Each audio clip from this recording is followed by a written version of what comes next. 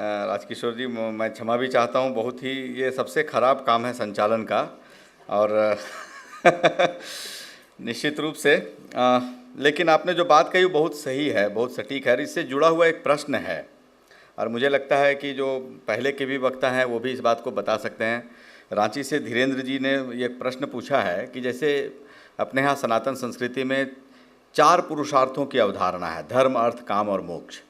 लेकिन उनका कहना है कि क्या मोक्ष की कोई अवधारणा है जनजातीय समाज में या नहीं है, ये वो जानना चाहते हैं। तो मोक्ष की अवधारणा के बारे में क्या है? हाँ, कोई भी आप बताइए।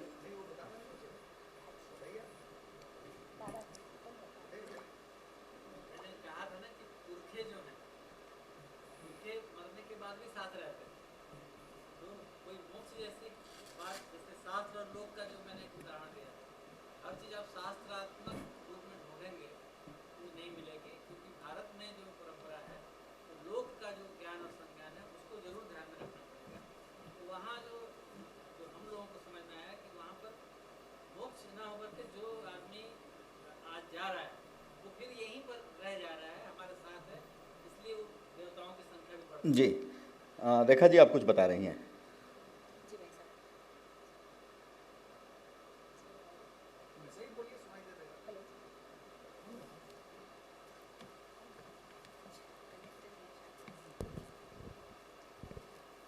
हेलो,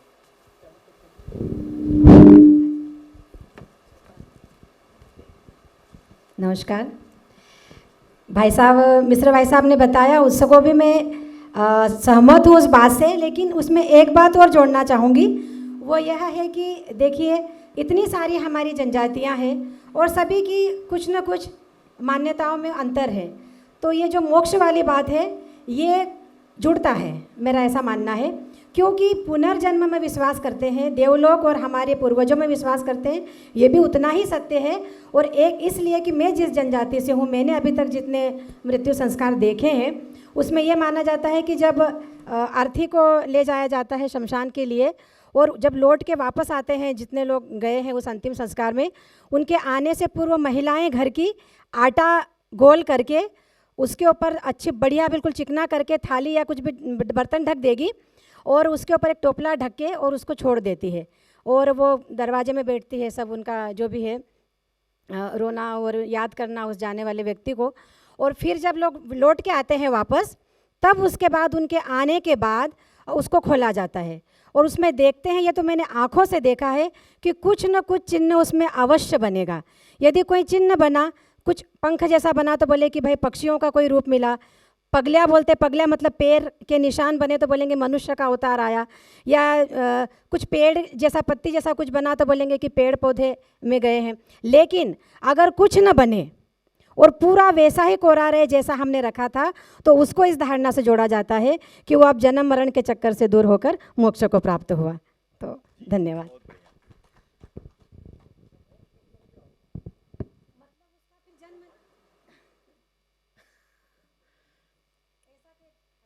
जैसे आत्मा और परमात्मा, जब जन्म लेता है तो वो परमात्मा से शरीर रूप में आता है, आत्मा के रूप में।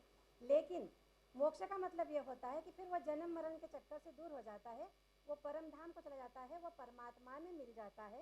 जैसे जल में कुंभ, कुंभ में जल है, भीतर बाहर पानी, फूटा कुंभ जल जल ही समाना, यह तो तत्व ज्ञानी। जब तक वो घड़े में है तो अलग है, लेकिन जब समुद्र में मिल गया तो वो ईश्वर के रूप में समा जाता है, फिर वो उसका जन्म रूप में नहीं आता, आकार रूप में नहीं आता। यही मोक्ष है।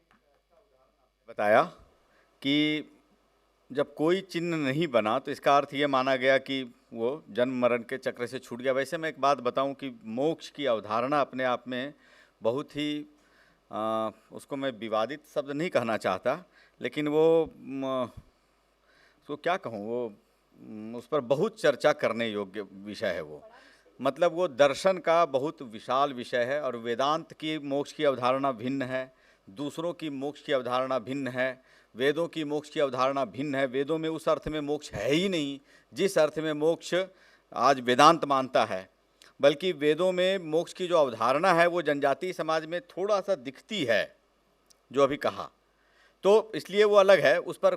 लेकिन ठीक है, ये उत्तर अच्छा था। दिवाकर जी, आप उसमें कुछ जोड़ना चाहते हैं क्या? हाँ जी जी।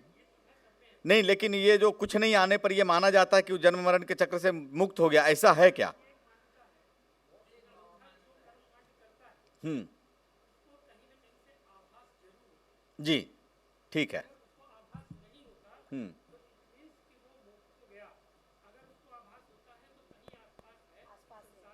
जी जी जी, बहुत अच्छा। बिल्कुल ठीक है। बिल्कुल ठीक है। पुनर्जन्म हम अपने यहाँ सनातन धारा में पुनर्जन्म ही मुख्य है। बल्कि आप वैदिक ये में देखेंगे तो जो कहा जाता है वहाँ यही कहा जाता है, कुर्वन्ने वे कर्माणि जिजी विषय छतम समा, तो वो यही कहा जा रहा है।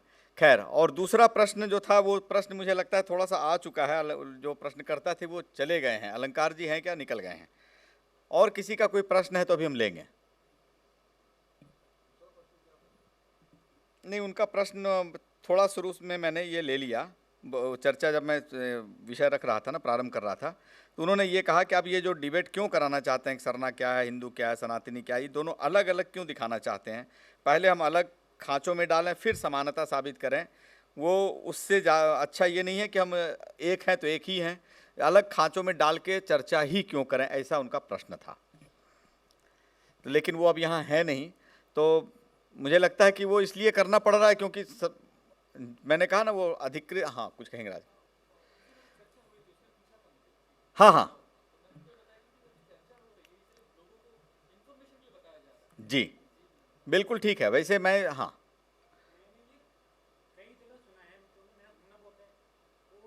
अपना नाम बता दें एक बार। जी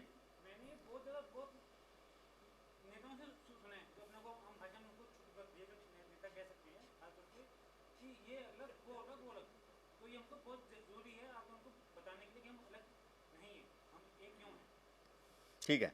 दरअसल क्या है, मैं इसको एक उदाहरण मैं देता हूँ। थोड़ा सा उदाहरण हो सकता है भद्दा सा प्रतीत हो, लेकिन ये उदाहरण थोड़ा सटीक बैठता है। जैसे मैं कहूँ कि ये कौन है, तो मैं उनको कहूँ ये कुछ दो अलग अलग प्रकार के हाथ और अलग अलग प्रकार के पैर और अलग अलग प्रकार के आँखों और अलग अलग रंग के बाल और चीज़ों के समुच्चय एक शरीर हैं।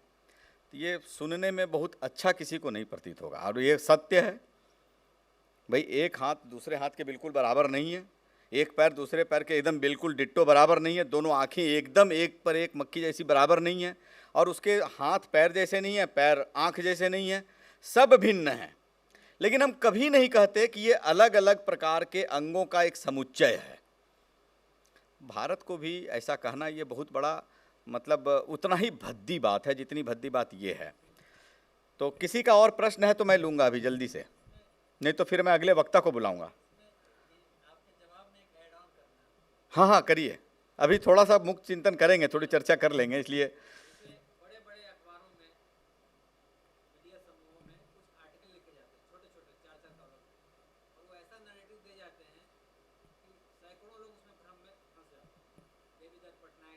हाँ हाँ,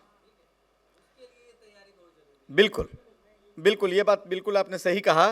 दरअसल क्या है, ऐसे जो लोग समाज में खड़े हैं, और दो प्रकार के लोग हैं। एक तो वो हैं जिन्होंने ये तय किया है कि मुझे ऐसा लिखना है, उनको सच और झूठ से लेना देना नहीं है, तो उनको अपना एजेंडा है, उस एजेंडा पे लिखना है। लेकिन कुछ लोग ऐसे हैं जो जानते नहीं हैं, अज्ञानता में लिखते हैं। चूंकि उन्होंने सामान्य बचपन से यही पढ़ाई की है, तो इसी ढंग से वो बोलते हैं, उनको उनका दोष नहीं है। तो दो प्रकार के लोग हैं। तो जो एजेंडा वाले हैं वो तो आपकी कुछ नहीं सुनने वाले हैं, चाहे आप कितना भी करिए। दिलीप मंडल आपकी कोई बात नहीं सुनने वाला है, आप साबित भी कर देंगे तो साबित नहीं होगा उसके लिए।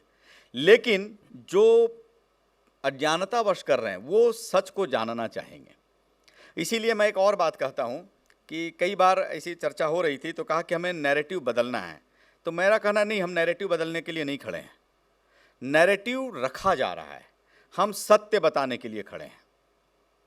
हमें कोई नैरेटिव नहीं बदलना, हमें कोई नया काउंटर नैरेटिव नहीं देना, हम केवल सच बोलने के लिए खड़े हैं कि यह सच है। हाँ, केशव जी ने हाथ खड़ा किया।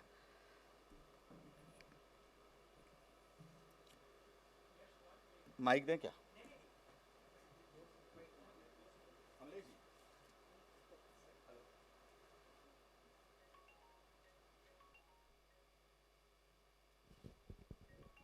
नाम बताकर। Hello hello. मेरा सवाल ये है, क्या जो मूल निवासी, आदिवासी या जनजातीय शब्दों का हम प्रयोग करते हैं खासकर भारत के संदर्भ में, तो ये आदिवासी मूल निवासी का प्रश्न आया क्यों? फर्स्ट। दूसरा है कि जो हम अंडमान निकोबार में जो जनजाति है अभी, सेंटिलीज है, औरंगे हैं, जो भी है वो तो पहले से ही है। उसके बाद जो लोग आ रहे हैं बाद में एसिमिलेशन हो जाने के बाद उनको आप बोल सकते हैं कि मूल निवासी हैं या नहीं है, वो दूसरे उसमें भी एक प्रश्न है।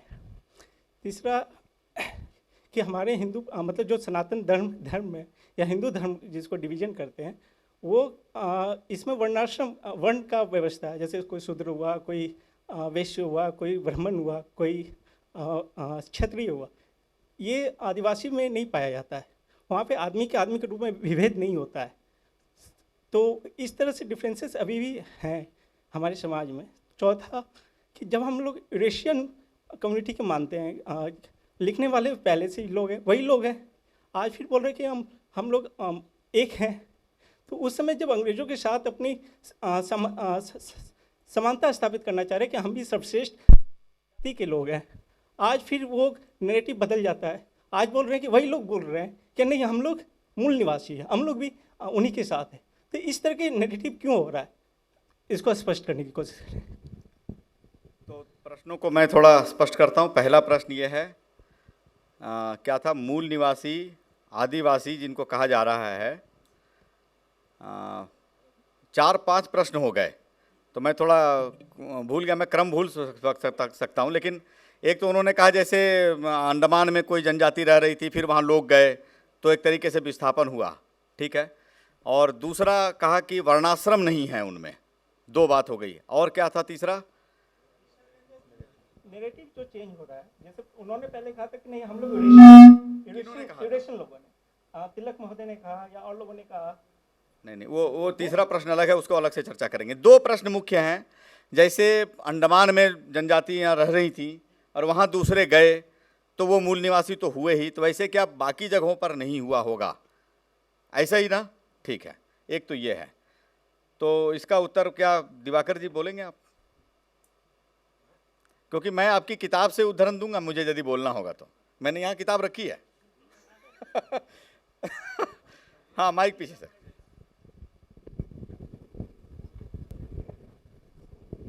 अपना अपना समझ है। आदिवासी अलग चीज़ हुआ, मूलवासी अलग चीज़ हुआ। और क्या बोल रहे थे आप?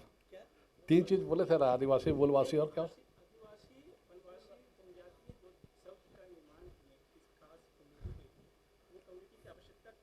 नहीं, हाँ बता रहे हैं आपको। खास आप जो बोल रहे हैं ना, खास समिति के लिए निर्माण हम लोग नहीं किए हैं। पहली बात तो ये है। काहे बेगाहे ये आ गया, ये कहाँ से आया, कैसे आया, नहीं जानते। बनवासी से वनों में रहने वाला जो भी हो, ये बहुत प्राचीन भाषा है, चला आ रहा है। वनवासी, गिरिवासी वगैरह वगैरह अभी का नहीं है ना। और आदिवासी शब्द कैसे आया, कहाँ से आया, ये भी हम लोग को नहीं मालूम है। इस पर भी एक शोध की आवश्यकता है। आप प्रयास कीजिए, आप भी है, यंग है, रिसर्च कीजिए इसी पर। नहीं, उनको उत्तर देने दीजिए केशव जी, उसके बाद फिर। और ये जो मूलवासी है ना, जो वहाँ कैडरबर्ग के जो बाहर से आए और बहुत दिन से बस गए हजारों साल से, उसको मूलवासी कह सकते हैं। लेकिन जो उसके पहले से जो रह रहे थे, है ना, वो अभी भी हैं। अभी भी जो कहते हैं ना ट्राइबल अपने आप में एक नकारात्मक शब्द है, लेकिन फिर भी हम अंग्रेजी में ट्राइबल कहते हैं। वहाँ रियल ट्राइबल वहाँ अंडमान में है, समझे ना, तो वो ट्राइबल है। तो और देखिए, कुछ हम लोग भ्रांति भी पाल लेते। बहुत लोग लगता है आदिवासी कहने से हम लोग हो जाए। अरे गांधी जी ने दलित को कहा हरिजन, इसका मतलब थोड़ी है कि बाकी दुर्जन हो गया, समझे ना। नहीं, एक मिनट पहले उनको उत्तर पूरा कर लेने दीजिए। आप उत्तर हो जाए तो फिर आप बताइए। और क्या बोले थे? एक तो वर्णाश्रम नहीं है। हाँ, वर्णाश्रम नहीं है ना। हाँ, ब्राह्मण क्षत्रिय वैश्य शूद्र होता है ये सिस्टम। ये जानते हैं, बड़ा ज़बरदस्त प्रचार करता है इसको मिशनरीज लोग, क्रिश्चियन ईसाई मिशनरी है। ये चीज़ें जितने ये प्रश्न उठा रहे हैं ना, इसको बड़ा ज़बरदस्त बोलता है। और कृष्ण के बारे में भी बोलता है। किसके बारे में? कृष्ण कृष्ण भगवान के बारे में भी, है ना। बहुत गलत, दोनों के बारे में हम जानते हैं, है ना। वर्ण आश्रम जब था, जो ब्राह्मण क्षत्रिय वंश में लोग कहते हैं कि आदिवासी तुम बन जाओगे तो तुम क्या हो जाओगे, शूद्र में आ जाओगे, ये बोला जाता है, मोटा मोटी यही बोलते हैं लोग। तो ऐसी बात है, वर्ण आश्रम हमारे में सिस्टम। देखिए आप एक मिनट बता रहे हैं आपको, देखिए हिंदू क्या है ये कोई बता सकता है क्या? नहीं। जजमेंट दिया एक सुप्रीम कोर्ट ने, हिंदू एक जीने का तरीका है। जो खिल्ली उड़ाता है हिंदू का वो भी कहता है, क्रिश्चियन लोग खासकर सीधा सीधी बोल रहे हैं कि 33 करोड़ देवता है, तुम लोग किसका पूजा करोगे? हम वाले सोचते थे मजाक है, फिर धीरे धीरे समझ में आया ठीक है तो कहता है। अगर 33 करोड़ देवता के एक एक देवता के पीछे एक एक घंटी भी बजाएंगे तो ज़िंदगी कट जाएगा साला घंटी बजाते बजाते। तो इसका मतलब ये हुआ कि है हमारे देवता उसमें, और इस देवता में जरूरी नहीं कि ब्राह्मण क्षत्रिय वैश्य शूद्र हो, और ये आराधना आप जैसा कीजिए वैसा कीजिए। वो लोग सेमेटिक रिलीजन है, क्रिश्चियन मोहम्मडन ये सब सेमेटिक रिलीजन है। सेमेटिक मतलब कि तुम हमको मानो कि भगवान है, और नहीं मानोगे तो तुम शैतान हो। हिंदू ऐसा नहीं है, आप मानिए तब भगवान है, नहीं मानिए तब भी हम हिंदू हैं।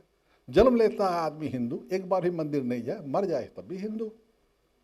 हिंदू सेमेटिक नहीं है, ये धर्म है, और वो लोग सेमेटिक रिलीजन है कि हमको मानना ही होगा।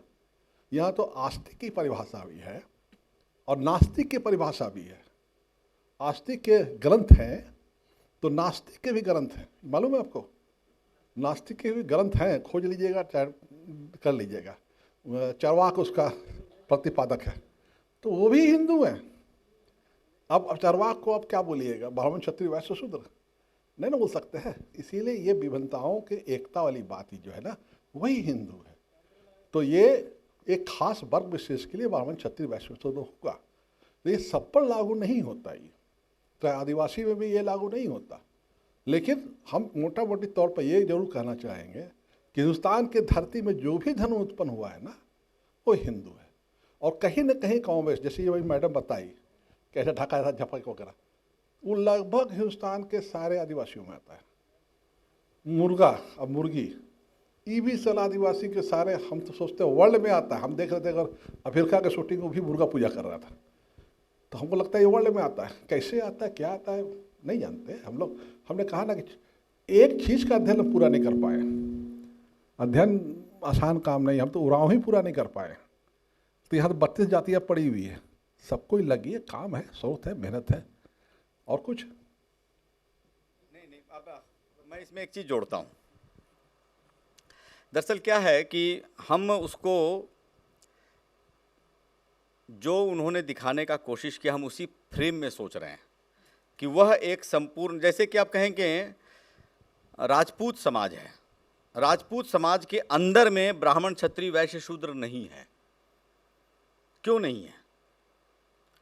मैं जब अभी झारखंड के गांव में घूम रहा था तो मैंने कहा खड़िया जनजाति के बारे में पूछ रहा था।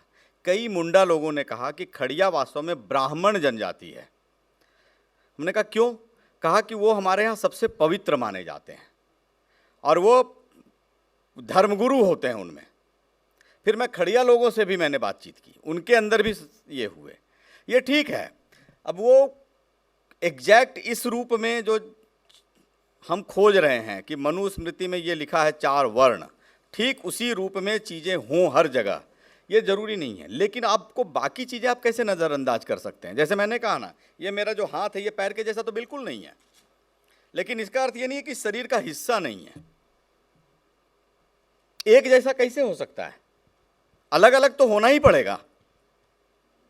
एक जैसा हो जाएगा तो फिर अलग अलग काम कैसे करेंगे? दूसरी बात जो थी, मैं इसमें एक चीज़ कहूँगा, देखिए ये बड़ा अच्छा है। मैंने दिवाकर जी आपसे अनुमति लेके मैं कह रहा हूँ, आपकी ही किताब में है, और ये बात मैंने केवल आपकी किताब में अभी नहीं देखी। मैं जब गया था अभी झारखंड में, मैं बात कर रहा था देवव्रत पाहन जी से, वो मुंडा समाज से हैं। उन्होंने कहा मुंडा समाज अपनी उत्पत्ति मानता है दक्षिण से, वो वहाँ से झारखंड में आया, यानी वो झारखंड का मूल निवासी नहीं हुआ।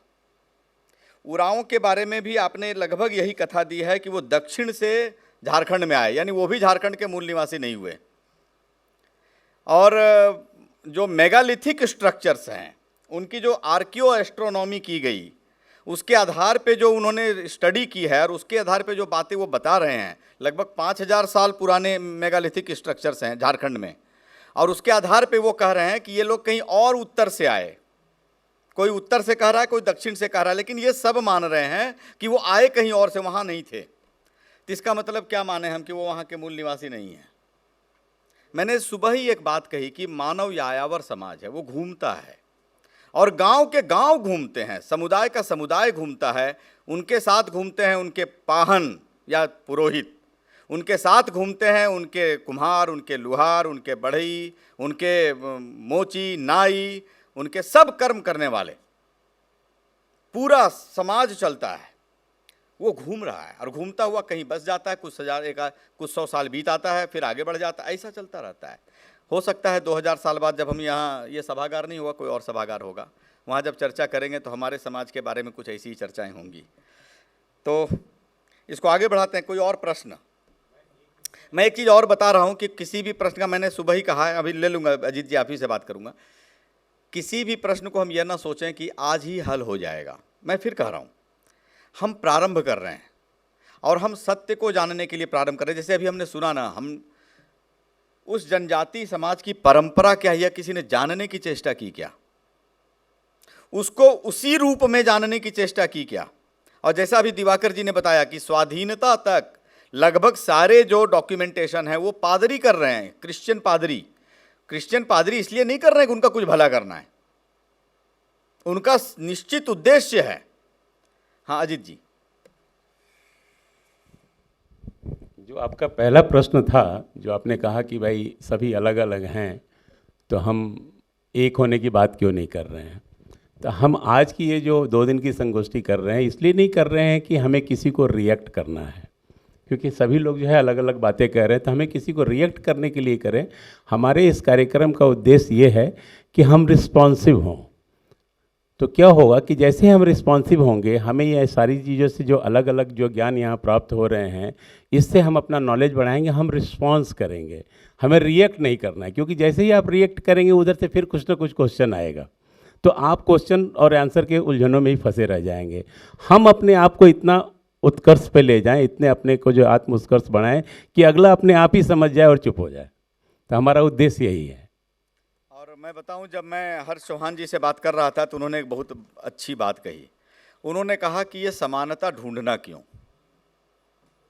हम अलग रहकर एक नहीं हो सकते हैं क्या? जैसे अभी हमने कहा ना, ये आँख हाथ जैसी तो नहीं है, उसका काम ही अलग है एक तो, लेकिन शरीर का तो हिस्सा एक ही शरीर का है। आप ये तो नहीं कहेंगे ये रविशंकर जी की आँख रविशंकर नहीं है, ये एक भिन्न आइडेंटिटी है, ये आप नहीं कह सकते।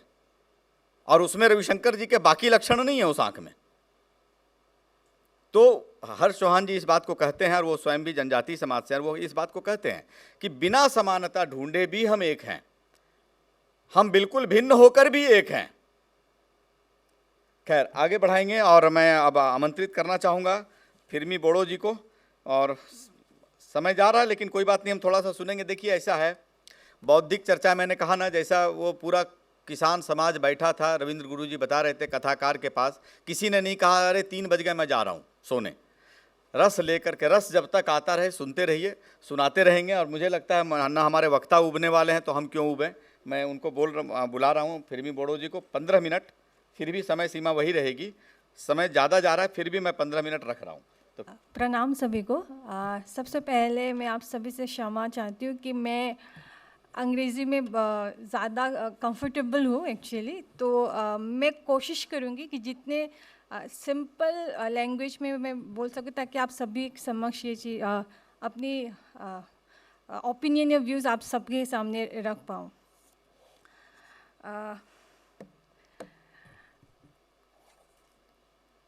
My regards to all the respected delegates present here, and to all the resourceful and expert who has come from across the country to attend this 2 days of seminar. And I think that I'm really glad and happy to be part of this seminar. And I think that it is need of the hour, at least finally we are talking about it. सबसे बड़ी जो positive sign वो है कि हम at least इस विषय पे चर्चा कर रहे हैं। or that is a very good beginning in a way. Actually, what I wanted to say is that in academia, especially in our academia life in university or seminars and conferences, whenever we talk about Janajati, well, in academia, we don't even use the word Janajati. That is very unfortunate. We use the word tribal. And a tribal word is somewhere, I find it very derogatory in a way. I mean, it shows that how backward we are. So why it has happened? I mean, this civilization, the Indian civilizations that we are talking about, somewhere we have to feel very proud of, because this is the only continuing civilization, ancient and still continuing.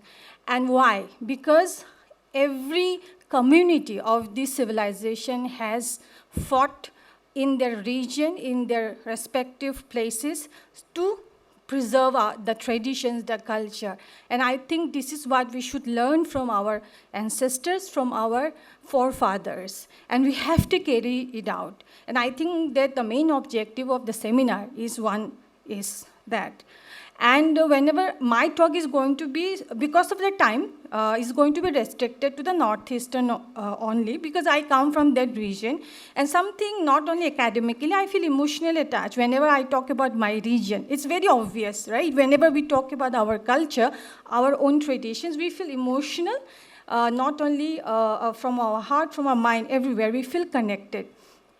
So why actually when I start with the British imperialism, the colonialism, when actually they came to this land and they see when they saw the diversities, such kind of diversities, and they actually came with the proper agenda that we have to rule this country for their own vested interests. Initially, it was started with the economic agenda, but then again, they started to percolate down to our culture, our belief system. And then what happened? They propagated very false narrative within ourselves. Number one is that especially the ethnic community of Northeast is that they are primitive. They are naked people, semi-naked, savages. They don't have any civilization. They don't have any progressive society. So we are here. We are the Masiha, We are a people who come here to uplift you from the society. So because of that, they propagated these kinds of propaganda. You don't have any religion. You are a demon worshipper. है ना? आपका कोई अपना धर्म ही नहीं है. हमारे पास धर्म है. And this the first false propaganda that they spread into the community. And second is that our education and our system is the superior. Because this white skin superiority is still there even in the 21st century. So they have actually propagated these kinds of propagation. And the third is that there is no relation, no cultural connections with the rest of India, especially with the northeastern India I'm talking about right here. The third is that geographical barrier. So they completely cut down the northeast from the rest of the India with that interest so that they can convert the entire northeastern regions. And this has happened successfully also, because you can see that after independence, Nagaland or Mizoram are 99% are Christians now. And some of them I have this experience when I was in Arunachal. I visited, for my project, field work, I visited one community called Wancho community, and where 99% community have converted to Christianity. Luckily, few families still preserving their religion, or you can say their own traditions. And he was so apprehensive, he was so very, I can say very negative, like what will happen to the coming generation, because they no longer have no idea what is their own traditions. So this is the actually, I think, adverse effect of the conversions that happened to that community, that they don't have idea about their own tradition, way of worshipping. So this is the one most negative effect happened because of the conversion.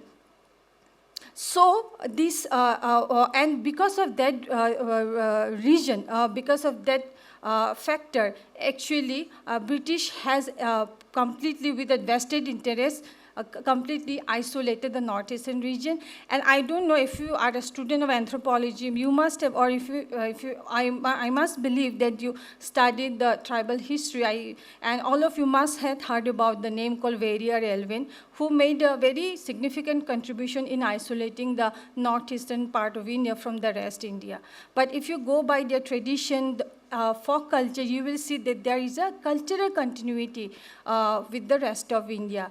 I can also talk about one of the very Karbi community, which is one of the ethnic community of Assam. They have their own version of Ramayana, which is called Sabin Alum. I mean, if you can Google, you can find it in the Google also. So there, they still believe, and you can say there is a, local versions of Ramayana, you can say, among the Karbi community, among the Khasis also is there. So these kinds of evidences, the folk traditions, the oral history prove that how the rest of the India is a part of this greater Indian civilization, which is Sanatani as well in nature. Why I'm calling it? Because whenever we talk about the Sanatan nature, we have spoken, हम सभी ने सनातन शब्द आज use किए हैं, तो इसका मतलब क्या है? We were never we were always a God center. We were never a prophet center. उनके कोई father नहीं है, like with the unlike other religion, and then our the philosophy is always been an experience based. It was never a belief based, and it's not at all depend on any historical date. If you go through the history of dharma, and then and both Sanatan and nature worshipper are immanent and transcendent and loving of all and excluding of none. So we believe on excluding of everybody, and we always believe in whole world is one family. So this is the philosophy behind the society, the community living across this country.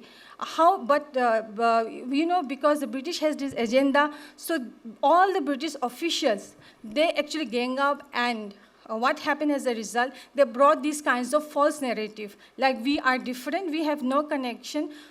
Some of them, they said as a primitive tribe. Some of them even derogatory said as a criminal tribe also.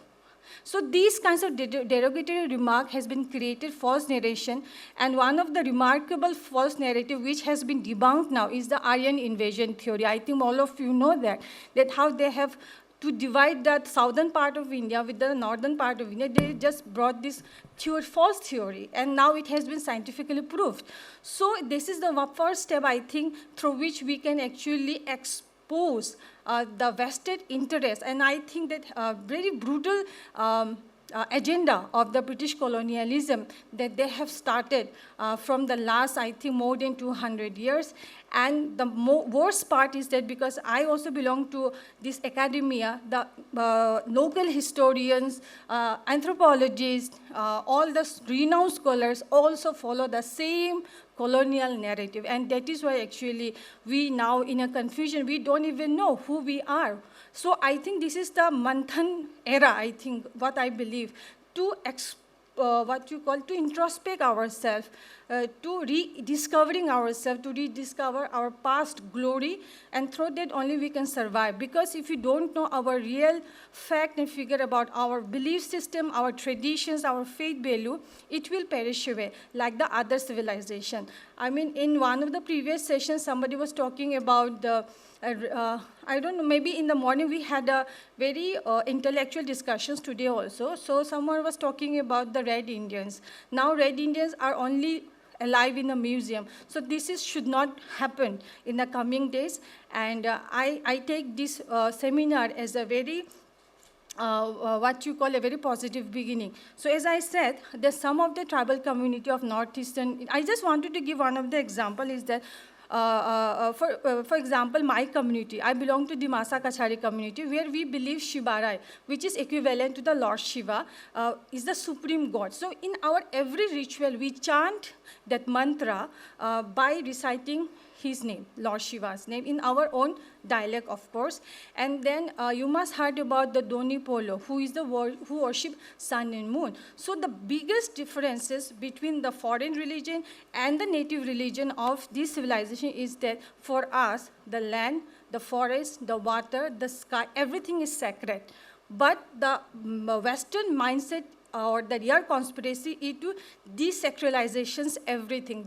For them, the entire theology is to exploit the earth, the natural resources, and then that is the biggest crisis which the entire human community is facing now.